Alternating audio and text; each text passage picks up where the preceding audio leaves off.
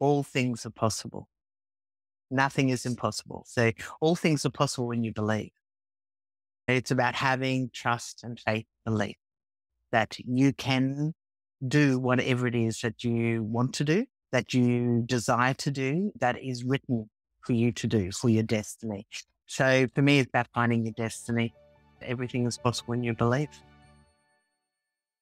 All right.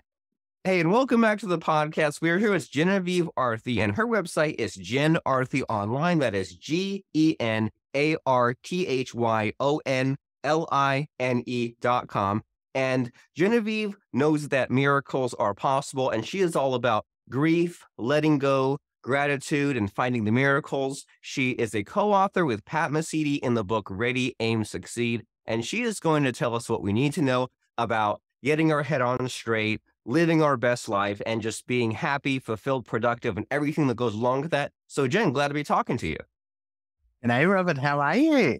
Lovely to I'm be here. Thank you. Yes, and thank you for showing up. And so if someone says, I've never heard of Jen Arthy, what is she all about? What's the 60-second elevator pitch? Who are, what do you do, and how do you stand out?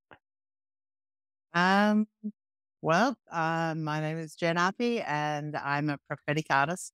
I help people to create peace and calmness in their lives through the gift of art. And I've seen this. I've heard about, I don't know what they call like a sip and paint or something, where you get together and paint like the hills and the sun, and you hear about the sort of art therapy, doodling, and letting your mind slow down, relax, seeing what visualizes. And so what happens? What is the process like with you if someone says, teach me your method, your technique? What kind of art are we talking? Are we talking, watercolors, pencil? What's the art drawing process, and what do you teach people? Oh, that's a really, really great question, Robert. What I love about what I do is that it's all free form. We paint in acrylic paint. It's non-toxic. It's safe for people. It's safe for the environment. And when people ask me, well, show me what you do, I'll just say to them, well, what is it that you want? And so people often say, I can't paint. Everyone can paint. They just don't know that they can. So I believe that what I'm here for is to be able to teach people how to, or to encourage, not teach, to encourage them to be able to step into their own power, so that when they get into the creative process through just being able to, let go, they can then, allow their own emotional being to be exposed in a safe environment, so that they can actually allow themselves to grieve if that's what they need to grieve, if that's what they need to do, or to just to have peace and calmness if that's what they need, or to be able to learn a new skill if that's what they need. It's about being able to just be able to tap into your inner being. And most of us get too busy in this world to be able to take time just for us. And I've found on my journey, I've been on the planet a long time. I found that we get so busy in the throes of life that we actually don't get into taking care of us, because we can't take care of anyone else if if our glass is not overflowing, if we're not filled up. And to be able to be filled up, you need to take care of you, and that's take care of your emotional health, your spiritual health, your physical health. So that you can actually be the best version of you, so that then you can make a difference in someone else's life. I love it. That is a scary place to be without even realizing it. If you are stuck in that day to day and you're not processing, you're not dealing with the grief, you're at the same level of stress you're at yesterday. So I can definitely relate to that need to express yourself, to relax, unwind, and of not really, and me personally, I'm the kind of person where I'm not even sure I have a hobby. You hear about people where the dads, they work in the garage, they do the woodworking, and they can kind of like shut off the brain and then do something, have the fun activity and then kind of recharge their batteries and then come back and relax without resorting to alcohol, TV, like drugs or Yeah. anything like that, where they kind of doing it in a healthy way. So I can see the need to get like the refreshing done and kind of the mental processing and kind of let your subconscious do its thing. And so, but do you have any sort of resistance or any kind of naysayers? Like if someone's coming you the first time and they're saying, I haven't done this sort of, artistic effort. I don't really believe in it. I'm not sure if it's a real thing. What would you say to someone like that if they're just hearing about your technique for the first time? What's kind of the overcoming the objection to getting someone to open up to it and to just do it? I'll ask them why they came in the first place, because they came to me for a reason, you know? So, and if they come and then they've got objections and stuff like that, it's because they're fearful. They have fear in their life. So, I'll ask them, okay, so what is it that you're fearful of? What is it? Are you fearful of success? Are you fearful of being happy? Are you fearful of being a great mom? Are you fearful of, whatever it is in your life, And then all of a sudden, people will start to break down some barriers and they'll say, oh yeah, well, I didn't realize that. And I said, okay. I said, so what we do is it's about being able to just tap in. It doesn't matter. Art is in the eye of the beholder, so you don't have to be a Picasso. A lot of people don't like Picasso, but he was very famous and he was very good. A lot of people didn't like Michelangelo, but he was very famous and very good. It doesn't matter what the end result is. The result, what matters is the process that we go through to get to the end result. And whatever you make is absolutely totally fine. I've got a technique where I teach people how to paint without brushes.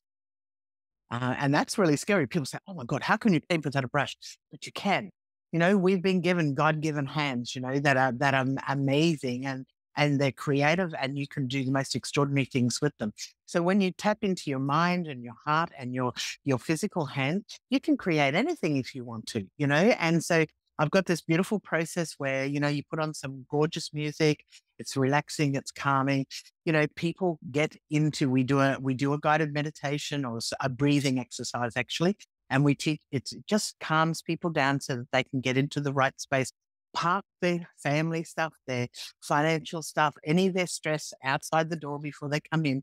And then they then are free then to be able to enjoy the process. And so, I even do stuff where people are blindfolded, so they don't have their sight to be able to help themselves.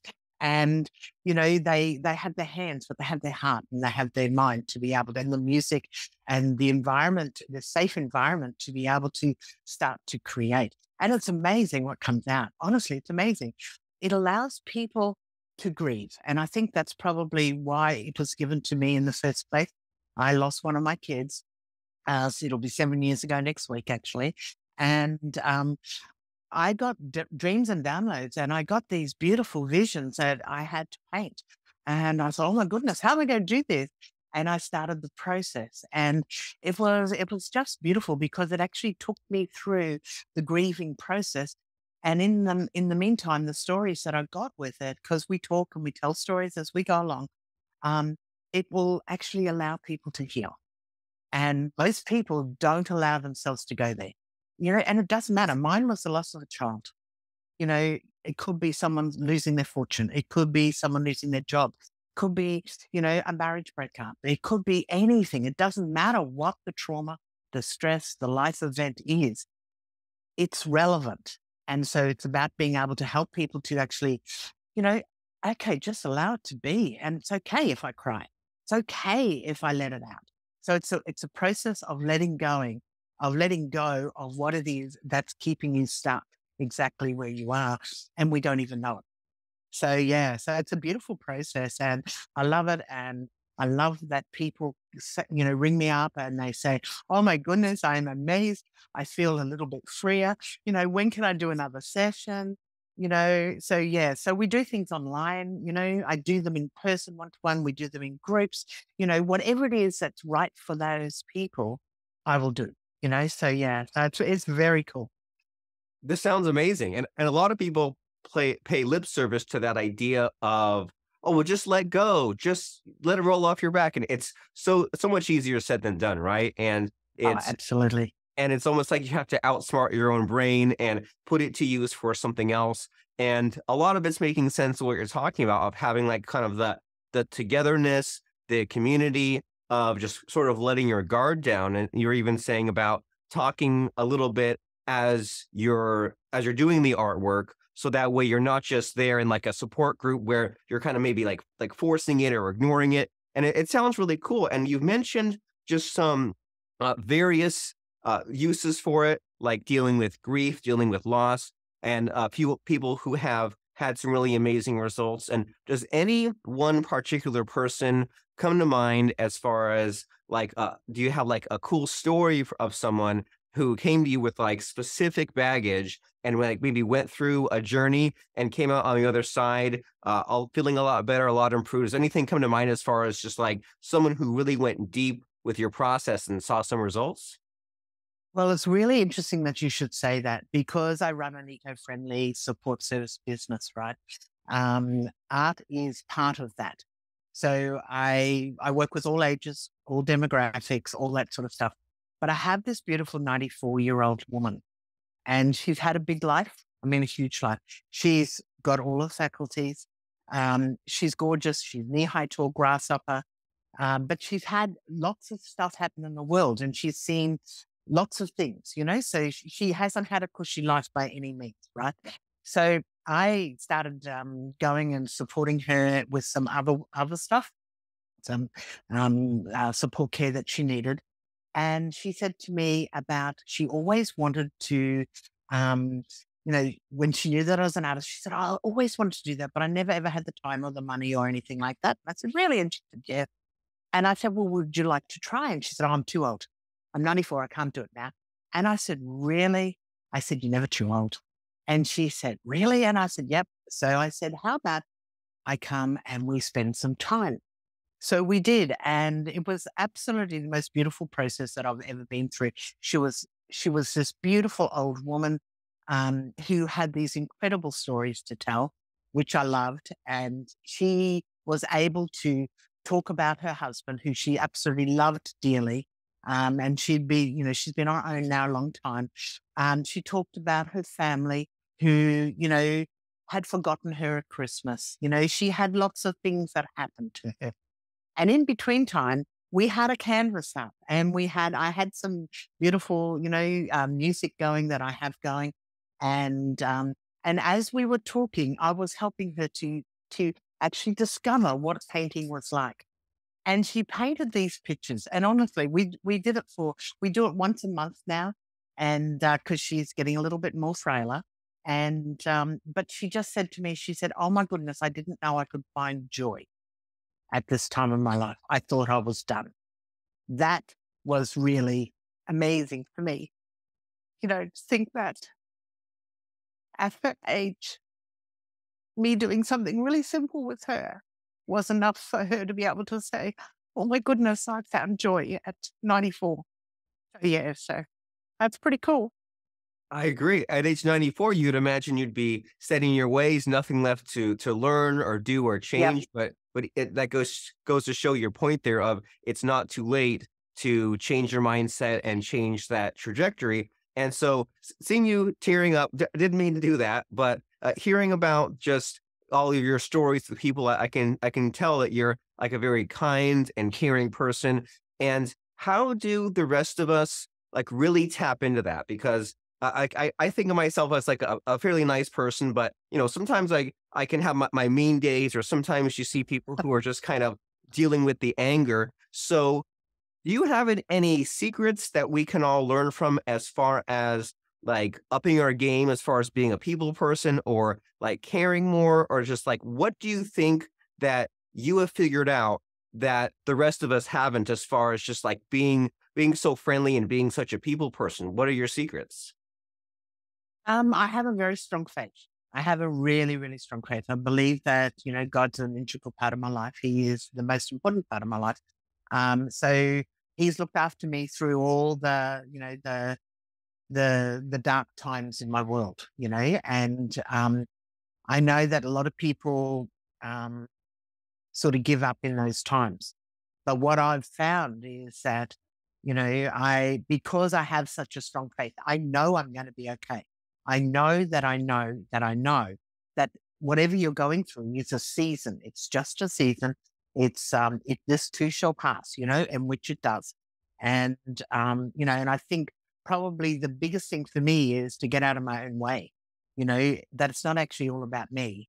It's actually about what you can do for someone else. And if you're feeling really crappy and if you're feeling really bad and you're down, the best thing for me is to go and help someone else. So if I can go and help someone and make someone else feel good, that then helps me in the long term. So, I've been very fortunate in my life to have had amazing miracles, that have come my way, that God has blessed me with, that have got me through some of the darkest times in my world. And I know that as things come to me, they come for a reason. It's not to destroy me. It's not to take me out. It's for me to be able to learn a lesson. It's for me to be able to take something from it. Even in the darkness of it, there'll be some amazing light that I will get from it.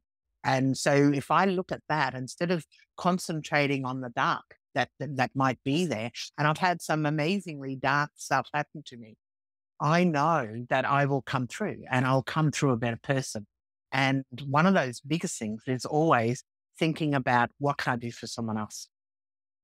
That's very excellent advice, and I can relate to that quite a bit. It's the go-to I think of as far as the metaphor is if I see my house is as a mess, I look at it and I say, "Oh, I can't possibly clean this mess up." But then if I see someone else's house that's full of clutter, I'm thinking, "Oh, I can fix up that corner and Yeah. take out that garbage." It's a lot more motivating to help someone else out. Yes. And then in the process, you think, "Oh, well, now I've been useful and now I've kind of contributed to maybe more of the greater good." And then in part of the process, I feel better.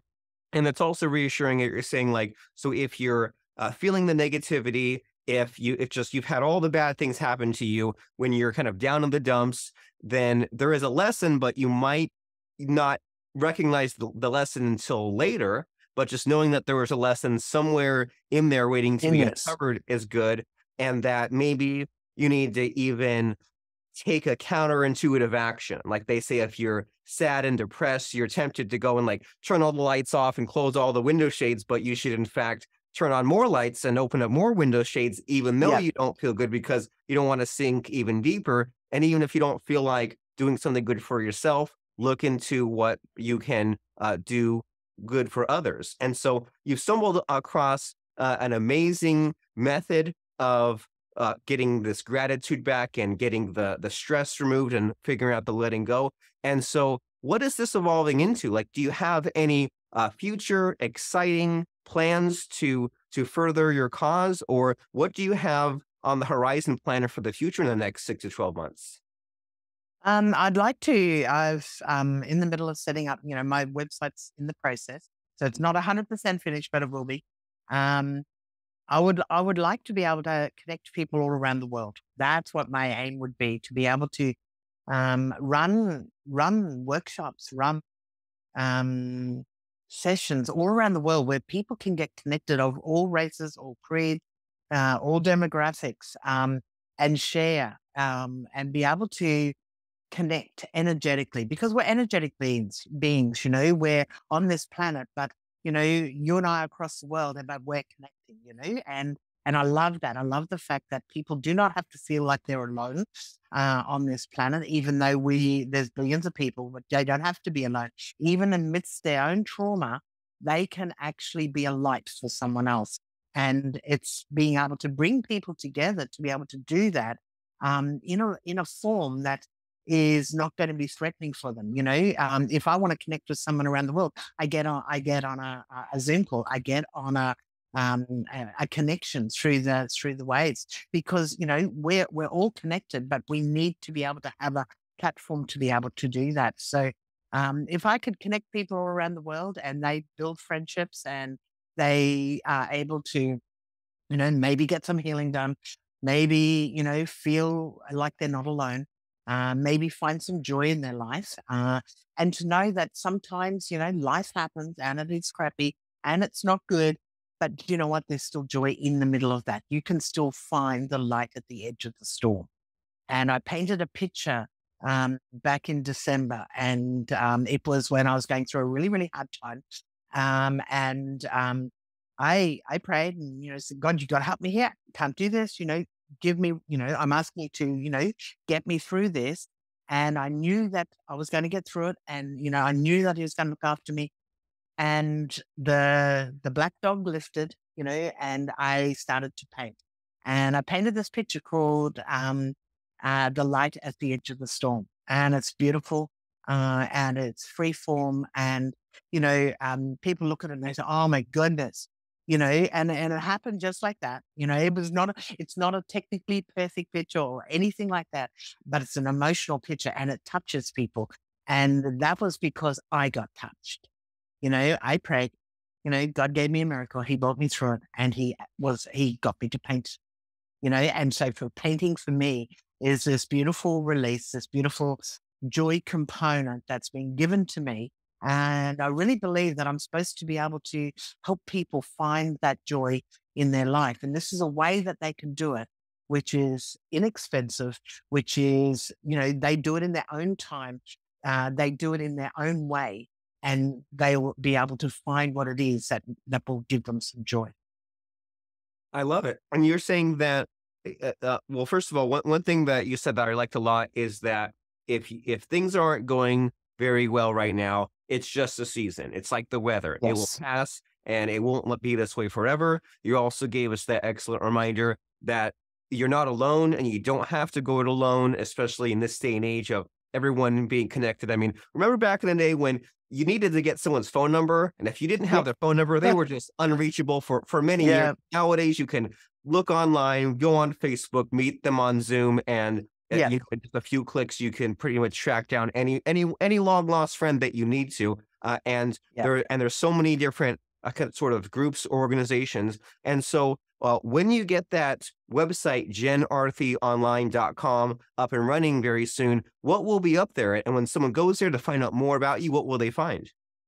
Okay. So they'll find out a little bit about me. And they will be able to clock into workshops that I do. There'll be webinars that they'll be able to watch, and to walk them through some processes of what they can do. They can, if they want to join some classes, they can. If they want to join a retreat, they can. I plan on doing retreats, down the track, when the need arises, So, but they can go there, and the webinars that will be on there will be educational for them. It will be able to help link them, and then they will be able to then make decisions about what it is that they want by going there. They can connect with me. We can do one-on-one sessions. We can do group sessions. We can do whatever it is that's right for them. So it'll be a great little platform for them to go to, and they can clock in and do different steps along the way that they want to do. They can do as little or as much as they want. They don't have to do anything. They can just go there and get information, or they can actually participate. So yeah, it's totally just up to them, whatever they like. But Very I'll be able to work with them, to be able to do that. Cool. Exciting times ahead. You are at the start of a very exciting movement.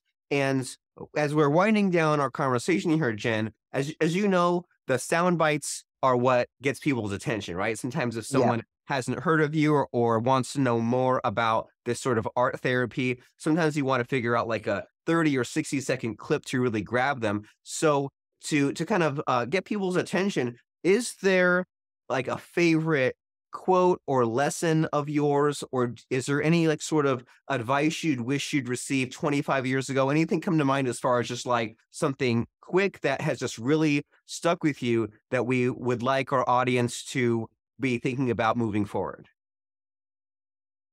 Probably one of the biggest things for me is all things are possible. Nothing is impossible. So all things are possible when you believe.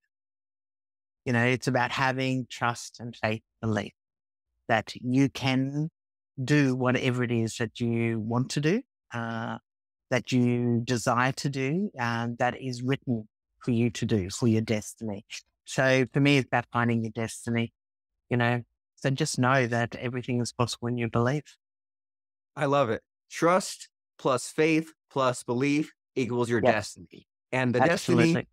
of the people watching and listening to this podcast, your destiny is to go to genarthyonline.com. That is Jen with a G. We will see you there for more information, more details about how to let go and find that gratitude and those miracles in this self-expression in this acrylic painting, which we can now do remotely because we're living in this amazing time. And Jen is also a co-author in Ready, Aim, Succeed with Pat Mesiti. So also check out her chapter right away if you just feel like you can't get out from behind this dark cloud. And if you want to see the light at the edge of the storm, as that one painting was, and if you just know that it doesn't have to be this difficult, you don't have to suffer this much, and that comes with some of that self-awareness and some of that community and some of that help from others. So go over to genarthyonline.com. Go there right now and we'll see you there. And thank you, Jen, for stopping by and for helping us think through these really deep thoughts and opening up to us. I felt a lot myself, and I appreciate it very much.